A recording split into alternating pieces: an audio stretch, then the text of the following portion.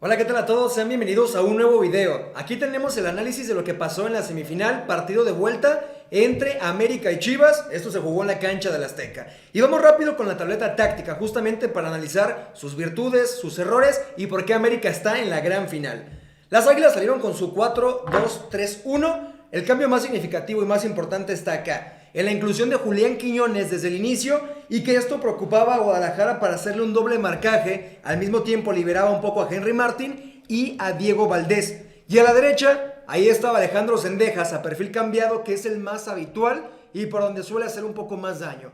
Del lado de Fernando Gago, con el Guadalajara, optó nuevamente por su 4-3-3, pero en esta ocasión tuvo que prescindir del Guti después de la lesión del hombro y también el ingreso del Oso González, que tuvo una labor de mayor marcaje, poca involucración con la pelota, pero sobre todo estar encima de Diego Valdés y ser el contención fijo de este equipo. Así que creo que eso lo ejecutó bien, pero ya hablaremos justamente de errores, de virtudes. Y una también de las misiones más importantes que tenía el Guadalajara era llevar la pelota desde la media hacia la delantera. Pero aquí creo que el rol que mayormente cambió desde la ida y a este partido de vuelta fue el del Piojo Alvarado.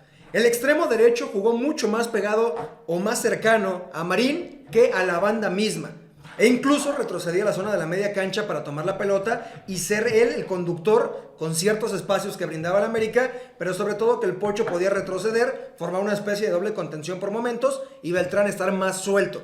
Pero también el mismo Pocho Guzmán podía pasar a la banda, o incluso estaba la posibilidad de que Mozo naturalmente fuera el que llegara al extremo completamente. Y entonces, tanto Pocho Guzmán como el Oso se encargaran, por ejemplo aquí en compañía del Tiva, de tomar a Quiñones, el propio Chiquete de tomar a Henry Martin, y más o menos ese fue el desarrollo de partido de Guadalajara en este sentido. Ahora, si retrocedemos a Mozo a su lugar, a la lateral, y enviamos nuevamente al Piojo al extremo y adelantamos al Pocho Guzmán, creo que una de las principales virtudes que pudo tener de forma defensiva Chivas fue tener al Oso, que podía romper los enlaces directamente con Diego Valdés o intentar evitar que el balón llegara a los pies de Henry Martin. Y bueno, en eso también fue muy importante la labor mano a mano cuando recibía de espaldas, tanto de Chiquete como del Tiva Sepúlveda, anticipándole en la mayoría de las ocasiones, sobre todo en el primer tiempo. Pero creo que donde más perdió Guadalajara fue en la salida con la pelota. Si te contara, por ejemplo, en la salida normal y habitual del Guadalajara cuando está Eric Gutiérrez, no el Oso, sino Eric Gutiérrez, lo normal es que sus laterales suban y permanezcan muy amplios, la amplitud, un concepto que le gusta mucho en sus equipos a Fernando Gago, y entonces también los centrales puedan abrirse ligeramente. A partir de aquí hay dos opciones. Retrocedemos un poco a Diego Valdés, abrimos más a Quiñones y a Henry lo mandamos a presionar. Lo que normalmente puede suceder es que Guti baje entre los centrales a una línea de 3 y pueda ser él el que con una conducción o un pase pueda abrir y armar juego para el Guadalajara, pero también está la opción de que cuando está como la contención y tenemos la pareja de centrales, pueda abrirse a una banda para mostrarse como opción y enlazar de forma correcta a Chiquete y en este caso a José Castillo. Funge como ese enlace, pero el Oso González no. El Oso, por sus virtudes y defectos también y limitantes que tiene con la pelota en los pies, creo que prácticamente se anulaba solo con Diego Valdés. Siempre se escondía detrás de Diego Valdés cuando el balón lo tomaba. Por ejemplo, aquí Chiquete no mostraba una línea de pase para salir a recibir por delante de Diego Valdés, sino que de esta forma permanecía detrás de él. Beltrán subía, lo propio con el Pocho Guzmán, y trataban de hacer una cancha muy larga para abrir espacios intermedios del América. Y cuando no podían salir por esta complicación que te contaba, que conlleva tener entonces al Oso González, lo que podía hacer Chivas, y lo intentó al menos un par de ocasiones en el primer tiempo, era que desde el trazo de la pierna derecha del Tiva Sepúlveda buscaba una diagonal al sector izquierdo para que Pavel Pérez pudiera ganarle la espalda a Israel Reyes. El problema es que solamente la pudo ganar en una ocasión, y esto debido al buen juego aéreo que tiene el lateral derecho del América, y que bueno, además anotaría gol, pero ya pasaremos a esos detalles un poco más adelante. Y Pavel Pérez prácticamente tuvo esas dos oportunidades de recibir, pero de ahí en más no podemos contarle muchas jugadas donde se haya involucrado.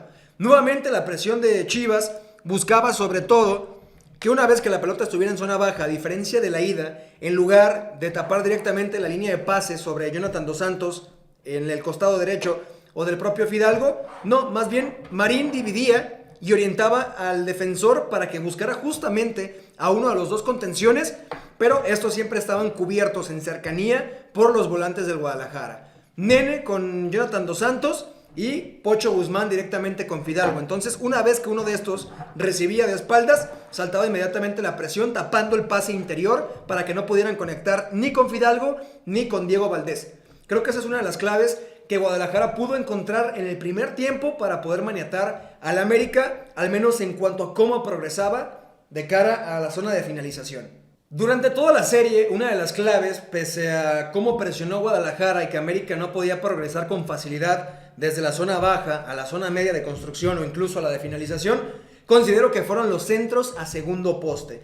Tanto con balón dinámico, moviéndose, digamos, en el transcurso del partido normal, llevándolo a la banda, buscando a Chicote o al propio Quiñones, pero sobre todo con Diego Valdés. Ya sé que Diego Valdés fuera el centrador mismo o fuera un rematador más para generar una situación de igualdad dentro del área del Guadalajara.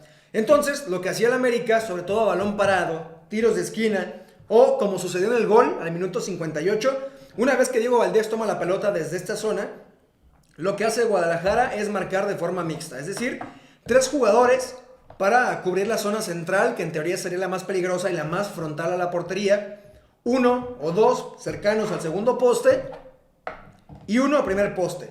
Si esto lo vemos por un simple hecho de acomodo en cuanto a la estrategia para defensa de área del Guadalajara, podremos notar que la zona más endeble sería el primer poste, pero ahí América colocaba 1 para 1.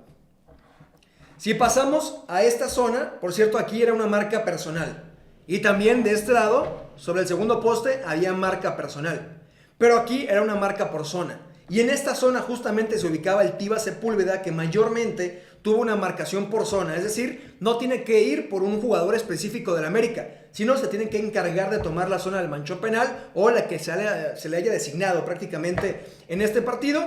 Y ocurre también algo curioso. Muchas veces, y sé que algunos dirán que quizás no sea cierto, ¿no? Pero existe el dicho de que no se modifica durante una pelota parada donde tienes que defender. Y bueno, a Fernando Gago poco le importó esto, ingresó a Chícharo, sacó al Pocho Guzmán, y Chícharo justamente, una de las primeras labores que tuvo fue hacer defensa de área. Si describimos lo que pasa más o menos en la jugada del gol del América, es un centro que busca el segundo poste.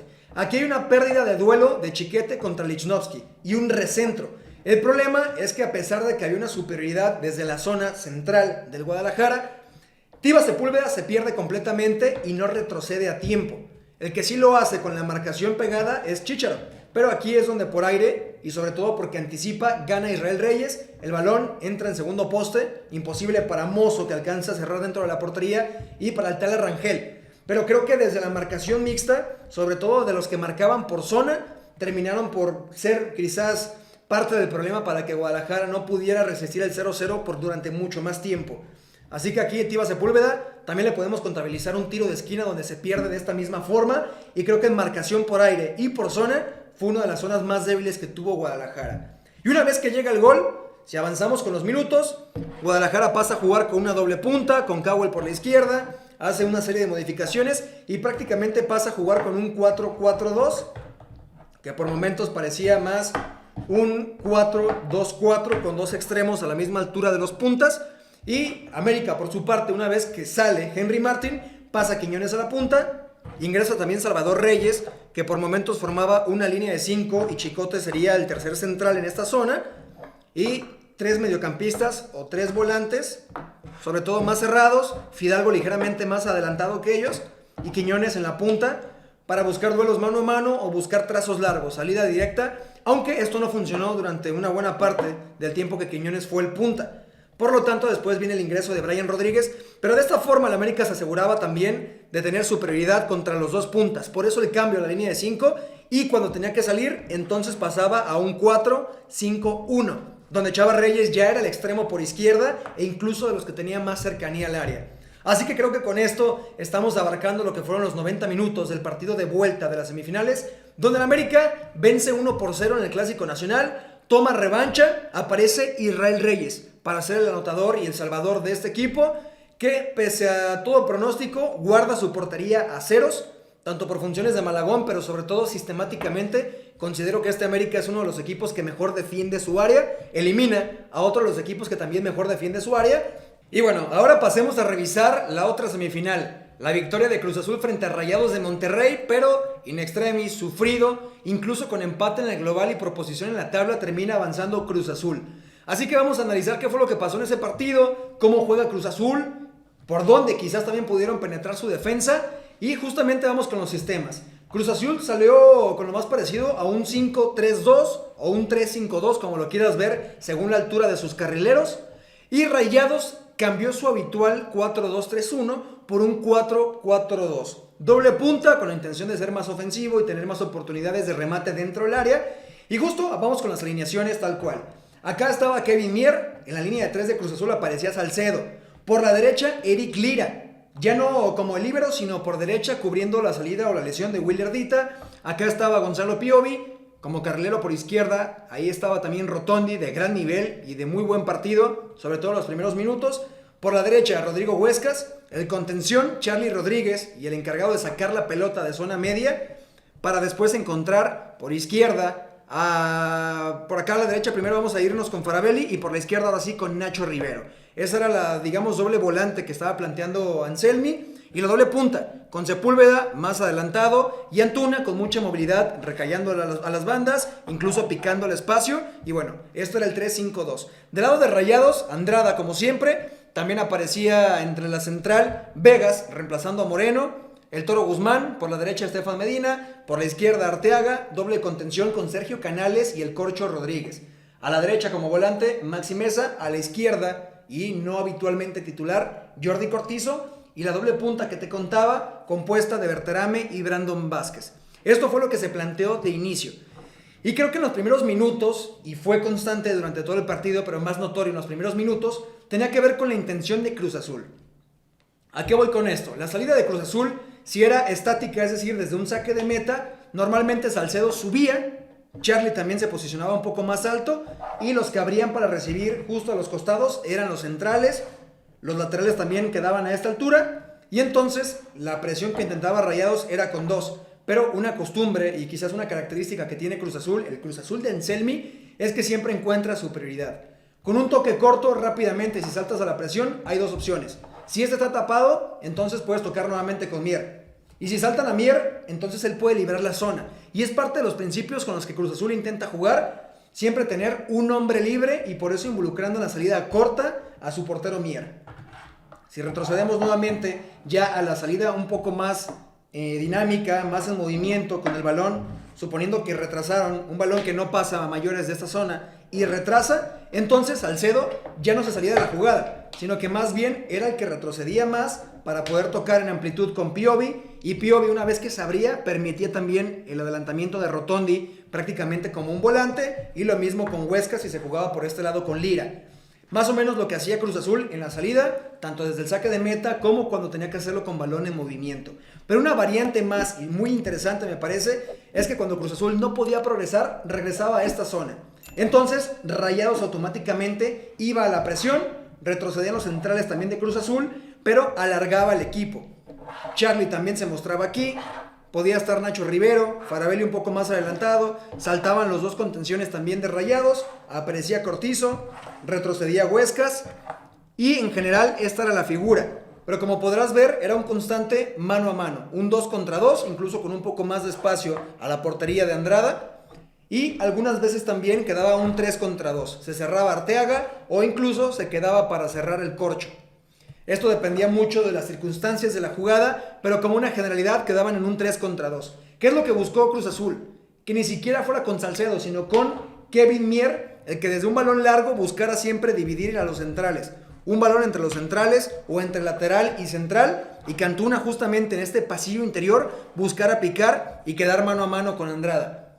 Algunas jugadas fueron quizás desperdiciadas por las malas recepciones y la violencia en el envío que tiene Kevin Mier. Tiene mucha potencia para mandar los trazos largos, pero Antuna también tuvo oportunidades para controlar mejor, y quizás que el partido para Cruz Azul no se llevara a ese extremo de emoción y de sufrimiento y resolverlo un tanto antes. Realmente hubo oportunidades en el primer tiempo. Del otro lado, si nos vamos a analizar entonces y recorriendo un poco lo que fue Rayados con este 4-4-2 que te contaba, vamos a colocar nuevamente a todos en su lugar. Y bueno, justo acá lo que vamos a encontrar es que la salida de Rayados de Monterrey era presionada por prácticamente una especie de 5-1-2. Por acá Cruz Azul planteaba sus 3 centrales, sus carrileros. Aquí aparecía Charlie, pero lo interesante es que al momento de presionar no era Antuna el que iba a la presión junto con Sepúlveda, sino que saltaba Faravelli, Antuna abría y retrocedía, y esto le permitía prácticamente defenderse con una especie de 5, para mayor claridad, 5-1-2-2 al momento de presionar. Buscaban que estos mano a mano pudieran obligar a Rayados a jugar por las bandas, que es por donde suele progresar, pero de esta forma no involucraría ni a Corcho ni a Sergio Canales, que son los más dúctiles con la pelota en sus pies. Pero para ello también Monterrey, considerando una superioridad ante la presión de Cruz Azul, retrocedió a Sergio Canales. Adelantó a sus laterales y siempre se jugaba entonces con Canales entre los 2 centrales. Estos abrían un poco más y la presión seguía siendo de la misma forma para Cruz Azul, pero retrocediendo para las vigilancias de los volantes. Así que Canales, la razón que puedes notar de por qué Canales está acá es por la salida. Si bien Vegas y el Toro Guzmán tienen buena pierna, no tienen la visión ni cercana a lo que tiene Canales con esta pierna zurda para buscar trazos directamente, ya sea cambios de juego o trazos intermedios directamente al lateral, al propio Cortizo, trazos para mandar a competir por aire a Vázquez también. Entonces esto es lo que hacía. Pero cuando le tocaba defender, Canales no era el que se metía entre los centrales, sino el Corcho. Es la variante para entender la funcionalidad de estos 2 contenciones. Si seguimos también con el juego largo, que fue algo que intentó Monterrey y para mi gusto lo hizo bastante bien, retrocedemos directamente a esta zona. Si Canales tiene la posibilidad de hacer un envío largo, entonces Cruz Azul se adelanta ligeramente. La línea de 3 para 2 también la vamos a adelantar porque Cruz Azul suele achicar un poco más sus espacios y comprimir este bloque. Los carrileros directamente con sus extremos y la doble punta aquí. Lo que muchas veces hizo Berterame y Brandon Vázquez, notando que más próximo a la pantalla, justamente es Berterame, era juntarse un poco más para tener un duelo 2 contra 2, no dividirse, no permitir que uno de los centrales pudiera apoyar al otro, sino forzar a que Cruz Azul estuviera en un 2 contra 2 y un central sobrando. Pero de esta forma también notábamos que había una descoordinación en la salida de Cruz Azul. Cruz Azul es un equipo que desde su línea defensiva suele achicar mucho la línea de fuera del lugar, ya sea con trazos largos o incluso trazos cortos, pero suele achicar mucho y normalmente estar coordinado. Pero en esta ocasión Berterame fue, creo que, uno de los jugadores más inteligentes del partido para medir que el que marca la línea de fuera del lugar es el central por izquierda, ese es Piovi, pero era el que más se quedaba. Es decir, Piovi adelantaba a Berterame, Berterame quedaba habilitado, el resto de la línea defensiva de Cruz Azul salía, Brandon salía con ellos, pero quedaba de esta forma, prácticamente como una especie de escalera ascendente hacia la derecha. Y aquí lo que inteligentemente hacía Berterame es que en un movimiento de engaño, prácticamente como una especie de U o de herradura, se metía detrás de uno de los centrales, se pegaba directamente a Piovi y cuando Piovi apenas comenzaba a salir, picaba directamente a la espalda del central que ya estaba fuera de la posición. Es decir, tomaba este espacio que quedaba entre los 2 centrales y aprovechaba la espalda principalmente de Salcedo, pero todo habilitado por una descoordinación de Piovi. Y con esos trazos largos, Berterame tuvo al menos un par de oportunidades de encarar, aunque también Cruz Azul sabemos que es un equipo de rápido regreso, de replegar rápidamente, y en la presión lograron frenar algunas oportunidades, pero uno de los goles realmente llega así por parte de Monterrey. Así que fue también parte importante de cómo América podría aprovechar el juego largo para poder también adelantarse a Cruz Azul, aunque te adelanto, habrá un video completo también de análisis a la final entre Cruz Azul y América para que estés atento aquí en el canal y vamos a analizar la interacción de los 2 sistemas. Y también en el primer tiempo, para finalizar con la primera mitad sobre todo, considero que también de los hombres más inteligentes era Jordi Cortizo.